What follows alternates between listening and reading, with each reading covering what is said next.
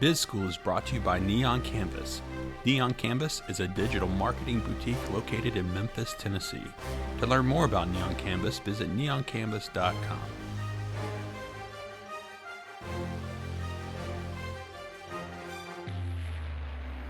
Welcome, here it goes. This is the 12th episode of Biz School with Alex Rasmussen. And on today's episode, we are going to be talking about closing deals. One of my favorite things in the world. And if you know anything about me, or you've been listening to my podcast, you know I'm super passionate about sales. Since a young age, I've had the gift of persuasion, and my parents always accused me of trying to sell them stuff all the time. It could be a new pair of shoes or $20 to take my girlfriend out on a date. But when people know you are trying to sell them, their guard's up even higher. But what about when the opposite is true? What about when the person wants you to sell them? They have reached out to you in some fashion, maybe a phone call, maybe they slid into your DMs on social media, or one that we really want to focus on today, they fill out a form on your website. So I want to talk about this topic today. And to do that, I'm going to bring on my good friend, Scott Hansen. Scott is the founder and CEO of LeadSigma. Scott's an experienced executive entrepreneur with a track record of creating explosive revenue growth. Prior to founding LeadSigma, Scott bootstrapped professional chats from 1 to 150 employees in just 2 years and sold the company to Ruby Receptionists.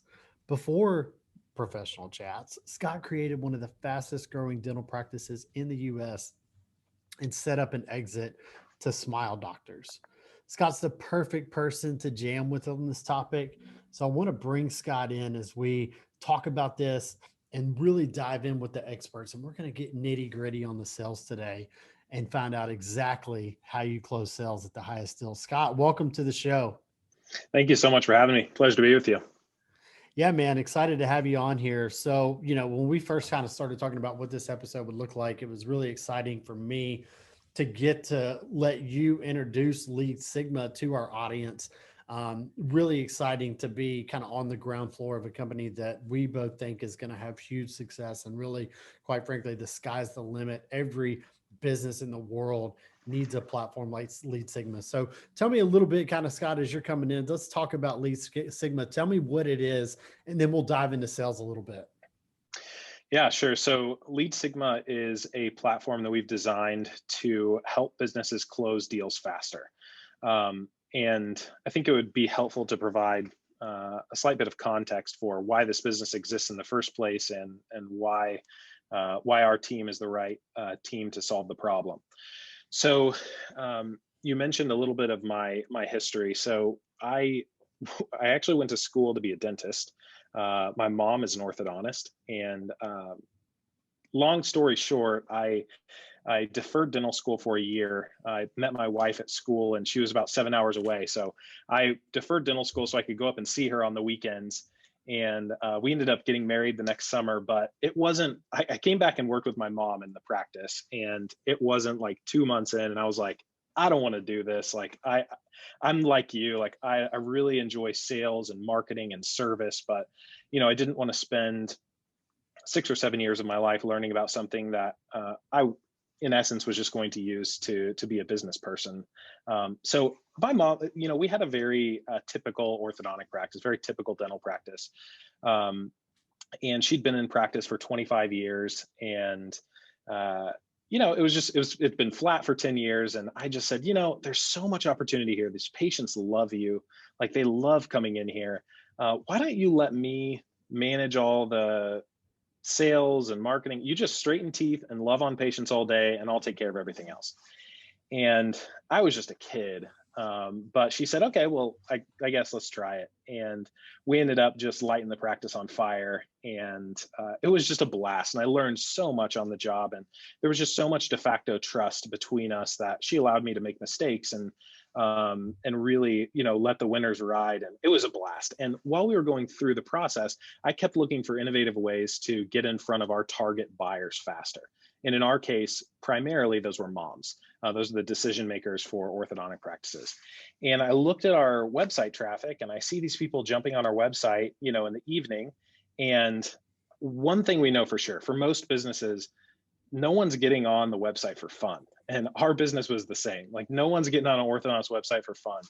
And so I was like, these are people that have come to the website, like we've driven the traffic there. Like, what are we going to do with it? Like, they just leave and they don't do anything. So I had the idea of getting online chat on our website so we can start a proactive conversation with them, with the visitors to our site, answer their questions, and ultimately get them scheduled for exams. But there was no HIPAA compliant service that we could use. There was no turnkey solution.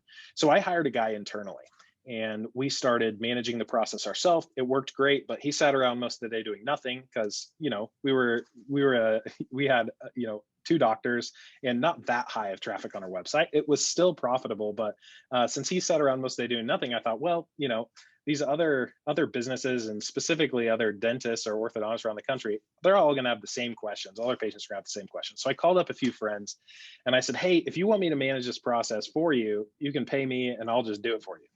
And so we got a few clients and, fast forward, a couple of years and we were in lots of different verticals, serving lots of different types of businesses, because what we did really worked. And that was, we're removing the barriers to having a conversation. We're removing the barriers of getting questions answered and ultimately starting to build trust sooner.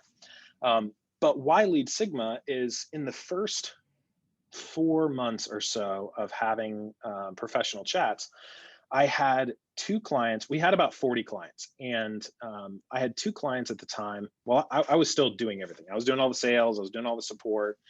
And I had 2 clients call my cell phone, which was our business phone at the time. And they said, hey, Scott, we really like you, but your service isn't that good. And we can't close any of these leads that you're sending over. And I treated every client the same, including our practice. So this was just in a private office in our practice at the time. And my intuition was that they just weren't following up with these people, that they weren't actually doing the work after the lead got, created to follow up with them and convert them into an opportunity. And so I got on my, you guys. It was working for us. It was working for everybody else. Right. But these 2 people called me and said, doesn't work. So Yeah. my intuition was that there just wasn't good follow-up. So I got on my iPhone and I started calling these patients that we'd sent over to these other offices. And I said, hey, this is Scott calling from Professional Chats. We manage the chat for Dr. So-and-so. And this is just a courtesy call to make sure you got an appointment scheduled and everything set up. And over, the people said, no, I never got in touch with anyone. So I said, well, do you mind if I get you in touch with one of our scheduling coordinators right now? And they said, sure. So I called the office and I merged the calls on my iPhone and I just sat there while they scheduled the appointments. And that was a very telling moment for me professionally, because, there is a difference between generating leads and actually the sales process when it picks up after that lead is generated. Right. So I just tucked that idea away into my head. And, I also realized that this is something that doesn't just touch online chat. This touches every aspect of lead generation. Once we have their information, what do we do with it? And after I sold the business to Ruby, I spent a year in an RV traveling around with my wife and just trying to really come up with how we could solve this problem at scale for small to medium-sized businesses. I knew that there are great enterprise sales tools that people use to solve this problem for big companies. But for small companies, they don't have access to the same technology. So once I kind of formed this idea, we started building technology that helps businesses reach out to their prospects at the moment that the prospect is generated. So at the moment they fill out the form or fill out a digital ad or a landing page, and then give them a very consistent process to that's measured and is very action biased to make sure that the calls and the texts and the emails in following up with these leads actually converts at a much higher rate than using a spreadsheet or some other what most small business owners do. Right, exactly. So that sets the table perfectly for what we're going to talk about on the episode tonight. So we're going to discuss the sales process. I want to talk about that. I actually hate the word process. I prefer the word workflow. And that's because, and the only reason is, here's why, is because when people learn a process, it becomes so rigid that they forget, it's like, who moved my cheese, right? Like, that's why we call it a workflow, because these things flow, ebb and flow, and they change. And you got to be willing to look at your process and figure out what's broken and fix it quickly, right? And not say, oh, well, that's not part of our process. So that's why in our business, I like to use the word workflow. So we'll talk about Hmm. the sales process workflow, Okay. determining the value of a lead, and then using tools like LeadSigma to help improve your close percentage, because that's the real key is your close percentage is how you make more money. And we'll talk about that. So let's get into the sales process or workflow. There's so many ways that you can screw up a sale. And the best salespeople and organizations have a very defined workflow that they stick to in order to ensure their sales success. If you break from that workflow or that process just one time, your chances of closing that deal decrease significantly. One of the best pieces of sales advice I ever got was from the vice president of sales for a Fortune 100 company. And he said, Alex, time kills all deals. That was it. He stopped right there. He didn't want or need to expand on the thought. Every second, every minute, day, week, month that goes by without you getting a yes, the closer you are to getting that no. It's never going to happen. Here at Neon, we know this, and we're just as happy to get the no quickly as we are to get the yes, because we expect that we're going to win a certain percentage of our leads. And the sooner we get those no's out of the way, we can get to the yeses, right? We know this is a law of average. We know it's a numbers game. So, Scott, let's dive into this. First, I want you to tell me just a little bit about time to lead. You've got a stat that just is astonishing. So, what happens when people wait too long to get back to a lead that's reached out to them? Yeah. So to set the table a little bit, when someone gets on your website and they're on there reading about the services or the products that you offer, and they're interested enough to fill out a form and submit it to you, requesting information, requesting an estimate, whatever it is, at that moment, they are at the peak of their interest. Otherwise, they would have never given you their information. We don't just willingly hand out our information to anybody. So they're at the peak of their interest the moment they fill out their form. And people are more distracted and impatient than ever. So if, like you said, time kills all deals. And what's amazing is the statistics show us this very clearly. Harvard Business Review study that was published showed that if you reach out to a lead within 5 minutes of the inquiry, as opposed to an hour later, you are 10 times more likely to get that contact on the phone or to get that prospect on the phone. So you can imagine if we are really quick on the trigger and we're starting a relationship with this inbound lead immediately, we are much more likely to close a deal because that's still when they're at the peak of their interest. They're not distracted yet. And so that's one of the core components of the LeadSigma service is we have designed a workflow to make sure that that happens every single time an inbound lead comes in, that we're creating this relationship immediately from the time that lead is submitted. And I think that's so important that you talk about setting the tone for the relationship, because if someone's going to do business with you forever, you hope, right? If you've got a business that's a monthly recurring revenue model, you're bringing them in and you're trying to keep them forever, then that literally that first contact that you have with them, how quickly you call them back, can totally change the way that they perceive your business, especially as it relates to maybe your competitor. Hey, this Yeah, person called me back within 5 minutes. What'll really shock them, sometimes I'll have a lead come in and I'll call them right away. They literally just submit it and their phone's ringing and they're like, whoa, like that's what you can expect from us, right? yeah, and I think that what you said really sums it up well. And you said something about keeping customers over the long term and like setting that tone. What's Right. really interesting is we use the same technology internally for LeadSigma for support. So if someone submits a support request on our website, it triggers LeadSigma and we're making an outbound call to that person and we're on the phone with them within 15 seconds of them submitting that form. And it is the exact same impression that we get from our existing customers. They're like, wow, I just ask this question, and like now they're on the phone with someone providing them support. And so time kills all deals, and time being slow kills customers too, because customer retention is 100%. key. And so not only is it important for initial sales, like driving revenue or driving production, it's very important, but also for maintaining relationships and strengthening relationships with existing clients or existing customers. People really care when you show that effort and you show um, when you're putting in the time to make sure that your customers get a great experience by solving their problems immediately, it works the same way as in sales, and though that creates customer loyalty. So not only do you close more deals, but you keep a lot happier customers. Yeah, that's exactly right. And a happy customer, a raving fan, and this is what we just talked about on the last episode of Biz School. A raving fan is what you want because then you're not selling anymore. You've got everybody else out there selling for you, and that's the pinnacle of a sales organization. And Scott, I mean, you don't run eight-figure sales organizations without being good at sales. So give me like your best tips and tricks to get a deal closed. Oh, interesting. Well, these are in no particular order, but and I would love to hear yours as well, because I know that you're the same way. Like we're both sales guys, but Yeah. the first thing that I would mention is it's really important, and this is something that you're really good at, is to find or have genuine interest in your prospect. The person that you're talking to, whether it's over Zoom or in person, they have a story and people love to talk about themselves. And if you can find genuine interest in them, you can create a relationship so much faster. And kind of a game that I play with myself when I'm on sales calls is I will just ask question after question, just like briefly getting on LinkedIn or looking up their website and reading the about page can give you questions to ask. Like, hey, I saw that you went to X school. I had a cousin that graduated from there. What was your experience like? Or what got you interested in this business?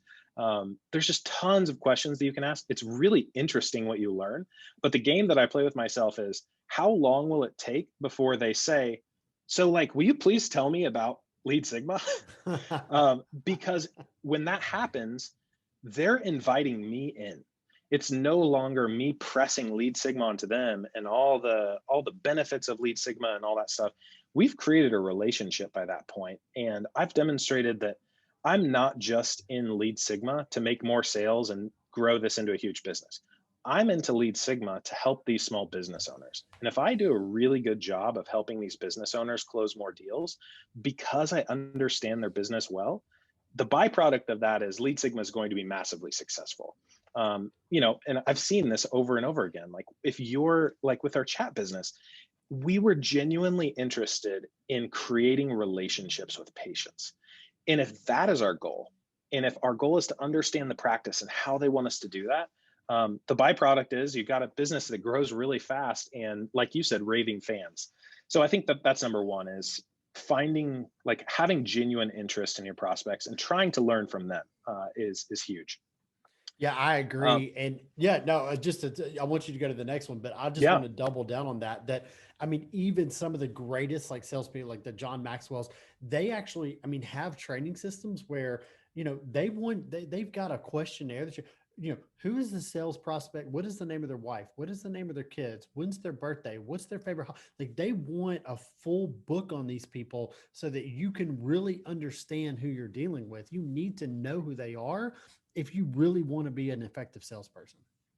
So yeah, yeah, and give me your and second. Yeah. yeah, I'll say, I've had this experience multiple times, as I'm sure you have, where you do your homework on someone and they make some reference to some place they lived, and you say, "Oh yeah, I saw." Like there's one private equity guy I was talking to, and he mentioned in his bio on his website that he met Warren Buffett at a stoplight in Omaha.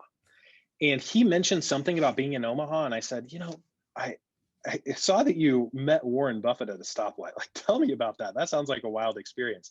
And his whole demeanor changed because he realized that I had enough respect for this conversation to come in doing my homework. Like, I wasn't just there to push a product, I was there to understand him. Um, so yeah, understanding your prospect and who they are and being genuinely interested in them is huge.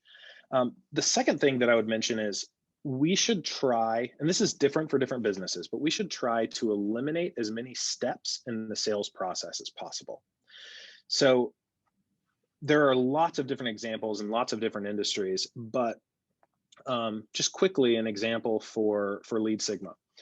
When I'm on the phone with, or when I'm on Zoom with someone, and we get around to the part of the conversation where I'm going to close the deal.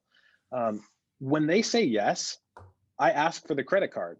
I get their email for sending them the onboarding. Like it is, and it's like I said, it's different for different businesses, but I take away I'm not going to send them something for them to fill out with payment information. It's like we're trying to shorten that sales cycle as short as possible because time does kill all deals. So that's one. And to It decrease, does. And just to speak to that, buyer's remorse is a real thing. People will, they will close. They will be on the phone. They will say, yes, I'm in. I want to do business with you. And then you're waiting for their paperwork for 2 weeks because they've changed Mhm, their mind.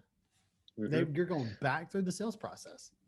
And this kind of relates to it, but also if there is a staged sales workflow or a staged closing workflow, for some businesses there are. You have an RFP process, you've got all these different things that have to happen and have to line up in order to close the deal. To decrease the time to the next step is really valuable. And this all goes back to time. Like this concept that Lead Sigma has solved for these businesses extends throughout the entire sales process. And to make sure that when you have those meetings, that you have the right decision makers on the phone or in person. And all of this kind of relates to a term that we use internally called sales friction. We think of sales friction as anything that makes it harder for them to say yes or harder for them to give us money. So if the question is, do you take XYZ payment? The answer is yes. So just as one like small Bitcoin, send it example. my way.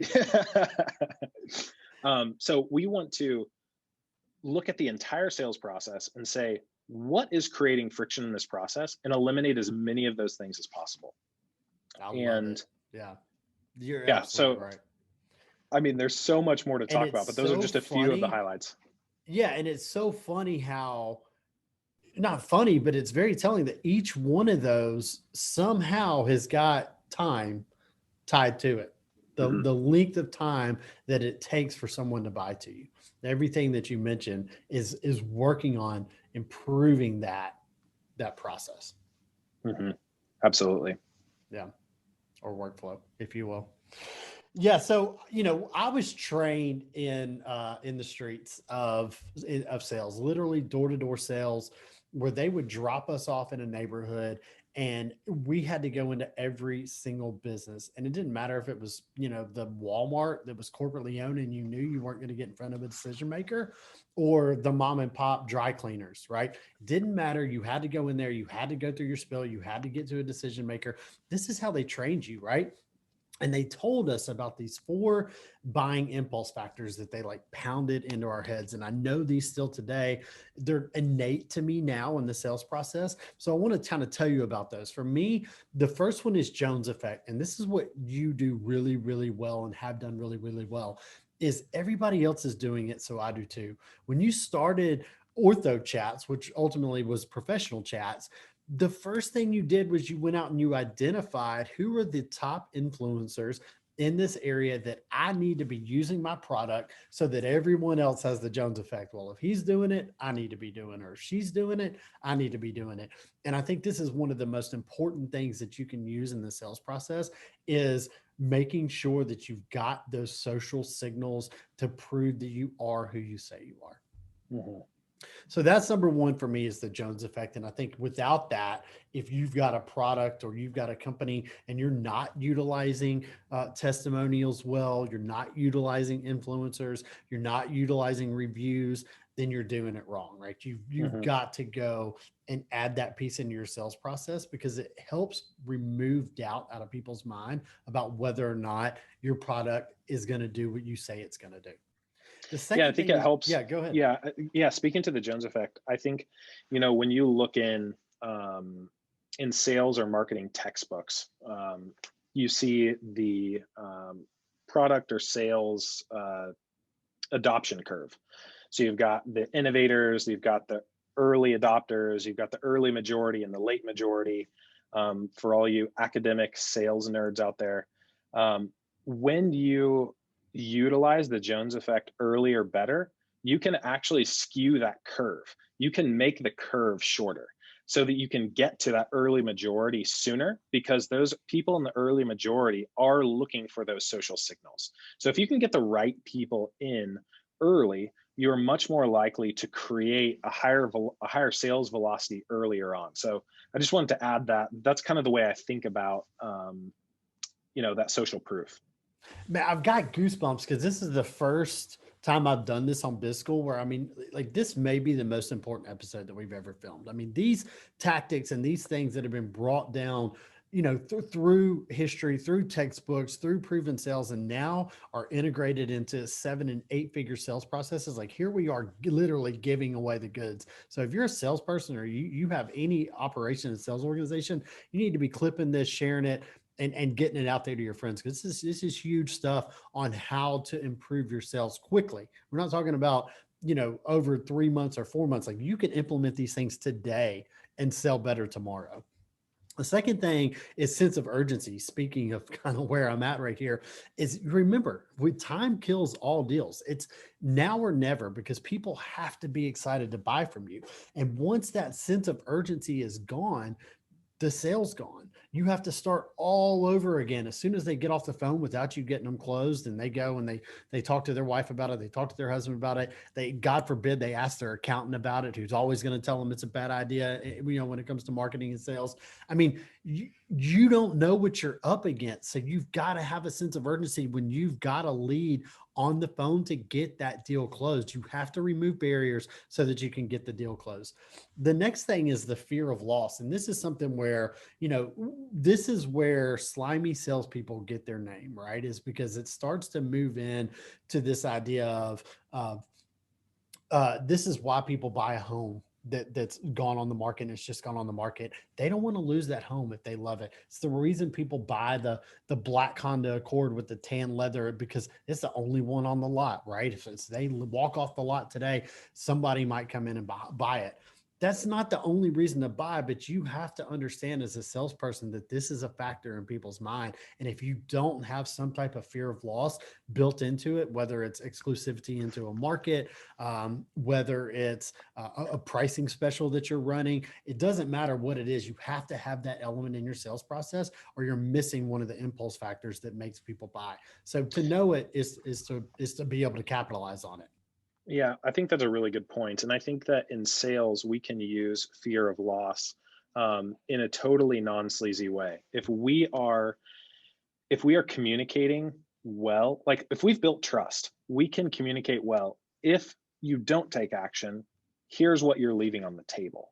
Like, you could keep doing what you're doing, or if you do nothing, here's exactly the outcomes that you should expect, and here's what you'll be leaving on the table. And we actually use that in a really powerful way at LeadSigma. We have a secret shopper process that we work businesses through, that anybody can come to our website and sign up for. So if you sign up for it, we secret shop your business, and we send you a report that shows exactly what your sales process looks like. We measure the speed, the frequency, and the content of all the calls and texts and emails that your team tries to follow up with our secret shoppers. We send that to businesses in a report. And so we can actually measure from the responsiveness, like how we can estimate how much you're leaving on the table by not having a good sales process, by not having LeadSigma. And so that is a way that we can do it and provide real value to businesses and lean into this fear of loss, because it is actual loss. And, they have not seen it before, and they have not understood it maybe in the same way before. But if you can show it to them in black and white and say, hey, here's what you're doing now, and if you keep doing it, as opposed to doing this other thing, here's what you'll be leaving on the table. That's exactly right. And we use it in our business the exact same way, where, and there's a lot of synergy, obviously, between LeadSigma and what Neon Canvas does, where we're filling the top of the funnel. And if you're not filling the top of the funnel in a market share, you're not buying Google ads, you don't have a great website that's converting, your competition is. And that's literally loss right there. You are losing the leads to your competition that you could be gaining yourself because you're not taking action on this product or service. And same thing with LeadSigma. If we can help, if we can if we can improve your close percentage from 20% to 40%, we literally just doubled your revenue. And if you don't take action on this product, if you don't use this, you're just going to keep missing out on half of your revenue that you could potentially Exactly. use to be growing and growing quickly. So I think that's a really important piece of the puzzle. And because of it having this kind of, the car dealer being like, oh, well, I've got two other people looking at this car, or the realtor saying, oh, I've got 42 offers on this house, when maybe they don't have it, right? That's where that slimy sales comes Sure. in. That's why people have, over time, salespeople have been scared to use fear of loss, but it's a huge piece of the puzzle. If you look at the story brand and you look at the story guide and how story works, you have to show people what they could potentially be missing in order for them to understand how great what they're chasing is. Hmm. And again, you want to be the guide for them in that process. They're the hero, you're the guide, that right? You're the one that's going to make all this money. I'm just here to help you do it. Yep. So, and the last thing is, and this is the hardest one for any salespeople person to master, is indifference.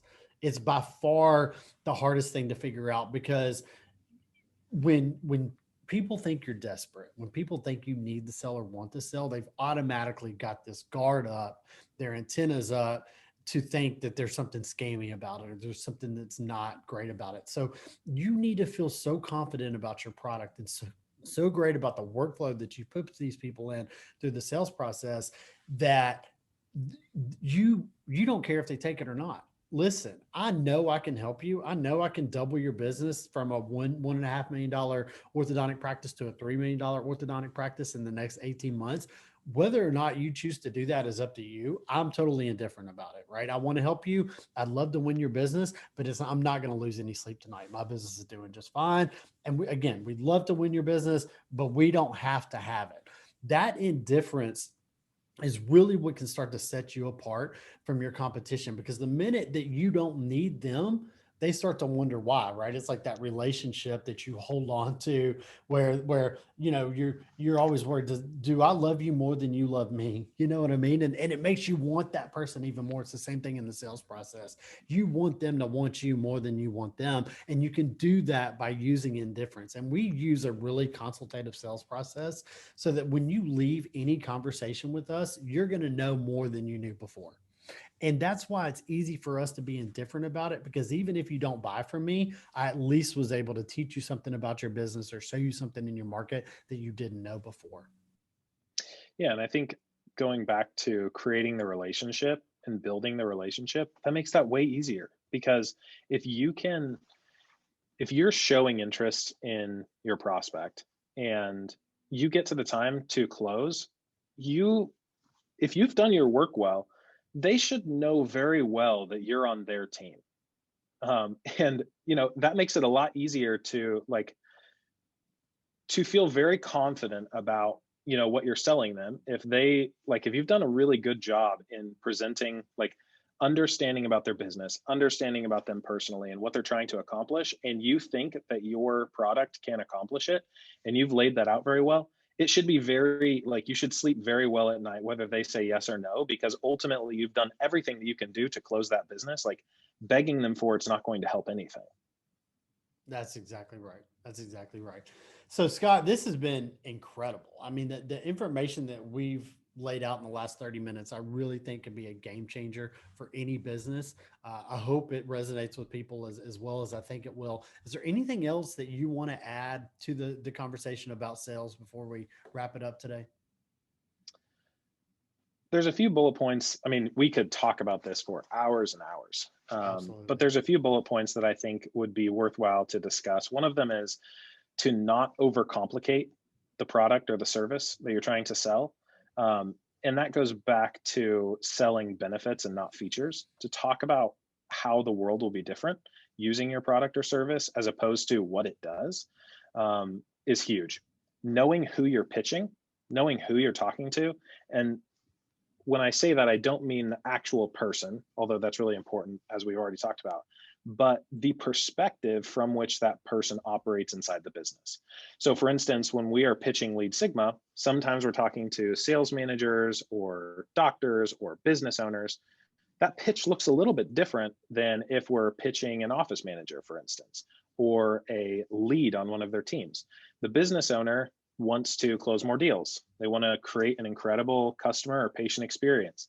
And the ultimate value to them is it makes more money, makes happier customers, and makes more money. But for the team members, if we're pitching them and the decision maker is not in the room, we are pitching the fact that the workflow is easier. There's no more managing messy spreadsheets. It decreases the workload for follow-up because we're making more successful connections on the first attempt. And so ultimately for those people, the value proposition is it makes life easier. And so to have one pitch that you do for everybody for every occasion is a mistake. And to understand the perspective from which your buyers, or at least the people on the call, are coming from is really important. Yeah, that's exactly right. So the curse of knowledge, and then knowing who the persona is that you are talking to. And that curse of knowledge, the first one you talked about, is a big thing, right? Because you cannot talk to people like they know, like right? In my world, the people we're talking to in the sales process, these are trained scientists. These are orthodontists. These are people that very, very intelligent people that we're talking to. But that doesn't mean that I got to expect them to know how technology works, or website conversions work, or search engine optimizations work, or even know what SEO is. So you've got and to honestly, that curse of they knowledge. Shouldn't care. Right. They shouldn't care. They should hire people like you to take care of it and hold you accountable. Same for me. Like, they should hire people like me and hold us accountable. And that really makes the world churn a lot better. It's the same idea of what happened with our practice. Like she said, go and run with it. And she held me accountable for it. But if we can do an adequate job of selling the benefits, we don't have to have complicated discussions about how it works. Certainly if they want to, we can. If they really like there's certain clients that just love it. Like, they love the technology and they love what we're doing. Right. But ultimately we should sell our products and services as though we are taking care of it, and here's what they should expect. And that's really it. Yeah. One of the greatest testimonies that I ever got from a client was, he said, I used to lock my door at the end of every night and then go home and worry about who was working for me. How was I going to put food on the table the next day? How was I going to get new patients? Since I hired Neon Canvas, I never have to worry about that anymore. I lock the door every day, go into bed easy, knowing that somebody's working in my practice when That's I'm amazing. not. And that was one of the greatest things people get out. I'm like, God, I couldn't have framed it better myself. Thank you for saying that. Let me put that in a testimonial and tell everybody about it. Right. So, I mean, that's the part of the sales process that people have to understand, is that people want to be your raving fan. You just have to, you've got to give them a reason to do it. Yeah. So I always love to end the show with something a little bit fun. We really covered the top to bottom from sales today. And if you got any questions coming from this, let us know, because Scott and I will both we're sales guys. So we'll jump on the phone with you anytime and talk to you about your business. So just let us do that, and know that this isn't the end of the knowledge pass. But I love to end the show with something fun. I call it 3 things. All of my guests have done this. And here's what you got to do, Scott. You got to choose one that you want, one that you're going to discard, so you can't do anything where you got to throw it in the trash, and then one you've got to give away. So I give you 3 things. You choose one you want, one you discard, one you give away. Your 3 things, and I give the first one to everybody, is $10 million. The second one is 1,000 acres of land anywhere you want. Or I'm going to let you be the CEO of Amazon. Your choice, man. You got 3 things. What are you going to do with them? I want the 1,000 acres of land. I love the mountains, and I would get my 1,000 acres either in the Swiss Alps or the Northern Rockies. So that is easy. Yeah, we can split that. I'll take 500. You take 500. Okay, deal. I'll go halves. Hey, if you're giving it away, that sounds like a fair deal to me. Discard. I have no interest in being the CEO of Amazon, And if they made me the CEO of Amazon, they just got a new one from Jeff Bezos, so they'd find a transition plan anyway. And give away $10 million, that's pretty easy. When I sold my last business, we got a donor advised fund put together, and it has been just so joyful being able to give that money away. So yeah, giving money away is, giving resources or time, whatever it is away, brings a unique joy that sales never brings. And all the other stuff that we focus on in life doesn't bring. Like when we just give, there's something unique about that lights a fire in me. That's awesome. Great stuff. I want to thank you, Scott, for coming on the show today and talking about closing deals. I think it's a huge, huge thing that people need to be talking about, understanding, and working on every day in their business. You got to be looking at the numbers. You got to understand what your close rates are. And once you know that, your only goal should be to improve that number. You're going to close sales. The law of averages exists. Whether you're getting 2 out of 10 or 4 out of 10 depends on how good of a salesperson you are, or 6 out of 10 or 8 out of 10. So I want to thank you for coming on, Scott. You can go to leadsigma.com. You can email Scott at scott@leadsigma.com. Scott, is there anywhere else people can find you? No, that'd be great. And the only plug that I'll give is on our website on leadsigma.com, you can actually sign up for a free secret shop of your business. So like the process I was talking about earlier, we provide that service to businesses for free. I don't know how much it costs to go and get that for someone else to do it, but I imagine it's more than $100 for someone to do it. But we'll do it for you for free because we want to show you exactly what your sales process looks like and how LeadSigma can solve the problem. But that's really my only plug. So we want to give away something for free that has real tangible value to show that there is a real need for LeadSigma.